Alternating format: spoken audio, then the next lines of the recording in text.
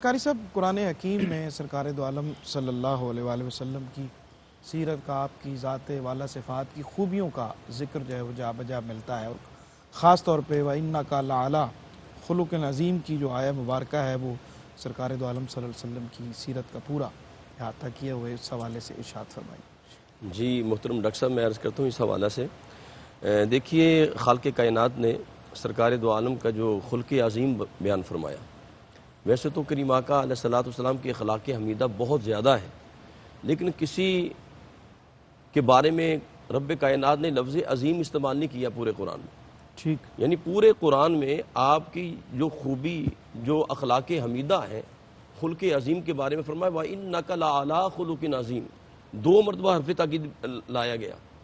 خلق جو ہے یہ اخلاق کی جمع ہے، انسان کی عادت اور خصلت کو کہتے ہیں، یعنی ایسے افعال اور اعمال جو اس کی طبیعت سے صادر ہوں اور اس میں ضرر نہ ہو، ضرر کا پہلو نہ ہو۔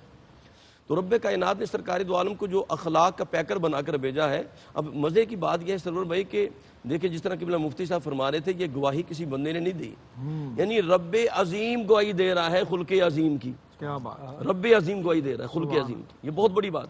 اب دیکھیں، کریم آقا علیہ الصلوۃ والسلام نے خود اعلان فرمایا بُعِثْتُ لِأُتَمِّمَ مَكَارِمَ الْأَخْلَاقِ، کہ میں اخلاق کی تکمیل کے لیے آیا ہوں۔ پھر کریم آقا علیہ الصلوۃ والسلام نے بخاری مسلم کے اندر آتا ہے، متفق علیہ حدیث ہے، فرمایا ان من خیارکم احسنکم اخلاقا، فرمایا تم میں بہترین وہ ہے کہ جس کے اخلاق اچھے ہیں۔ تو اخلاق جو ہے یہ انسان کی شخصیت کا بہترین پہلو ہے۔ کریم آقا علیہ الصلوۃ والسلام کی سیرت مبارکہ کو اگر ہم دیکھیں تو آپ کی پوری سیرت اعلان نبوت سے پہلے کی لگا لیں، اعلان نبوت کی بعد کی لگا لیں، تو اخلاق حسنہ، آپ کا اخلاق دیکھیے، میں ایک جھلک دیکھیے گا۔ کریم آقا علیہ الصلوۃ والسلام کی بارگاہ اقدس میں ایک یہودی جاسوس بن کے آیا کہ سرکار دو عالم کے معاملات کو چیک کرنا چاہتا تھا۔ تو کریم آقا علیہ الصلوۃ والسلام کے گھر میں آ کے کہتا جی میں آپ کے ہاں رہنا چاہتا ہوں۔ تو کریم آقا علیہ الصلوۃ والسلام نے ایک حجرہ خالی کروایا، امہات المومنین سے ایک حجرہ خالی کروا کے اس کے اندر آپ کو لٹا دیا، اور پوچھا بھی کیا چاہتے ہو، کیا کھاؤ گے؟ تو سرکار دو عالم کھجوریں بھی کھلائیں، سرکہ بھی کھلایا، 2-3 بکریوں کا دودھ بھی پلا دیا، لیکن جب رات کو سویا تو اس نے بستر خراب کر دیا۔ تو جناب صبح وہ جلدی سے نکل گیا، کہیں کسی کو پتہ نہ چل جائے۔ جب وہ غسل کرنے کے لیے گیا لیکن اس کی سونے کی انگوٹھی باہر رہ گئی تھی، تو جناب غسل کر کے واپس آئے تو کریم آقا علیہ الصلوۃ والسلام اس کے بستر کو خود دھو رہے ہیں۔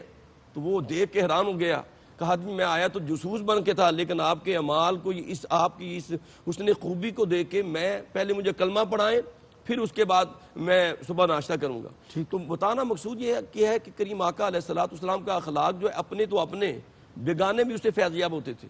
اور ایک تاریخ کا بڑا شہرہ آفاق واقعہ ہے کہ جب عبداللہ بن ابی منافق مر گیا تو وہ جناب اس کا بیٹا عبداللہ آیا، اس کا نام بھی عبداللہ تھا، تو آگے کہنے لگا یا رسول اللہ میرا باپ فوت ہو گیا تو اپنی قمیض کفن کے لیے عطا کر دیں۔ تو کریم آقا علیہ الصلوۃ والسلام نے اپنا کرتا بھی عطا کر دیا ڈاکٹر صاحب قبلہ۔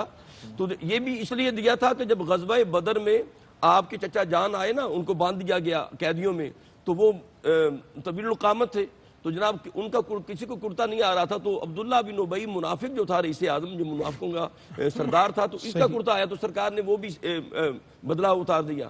تو کریم آقا علیہ الصلوۃ والسلام نے کرتا بھی عطا کر دیا، یہاں تک کہ انہوں نے کہا جی اب نماز جنازہ بھی پڑھا دیں، تو حضرت عمر فاروق کھڑے ہوئے، یا رسول اللہ اس نے تو یہ کہا تھا فلاں مقام پہ یہ کیا، غزوہ احد میں یہ کیا، اور آپ کی سواری کے بارے میں یہ کہا۔ تو کریم آقا علیہ الصلوۃ والسلام نے فرمایا اے عمر، یہ اس کا کردار ہے اور یہ میرا کردار ہے۔ اللہ اکبر، اللہ اکبر۔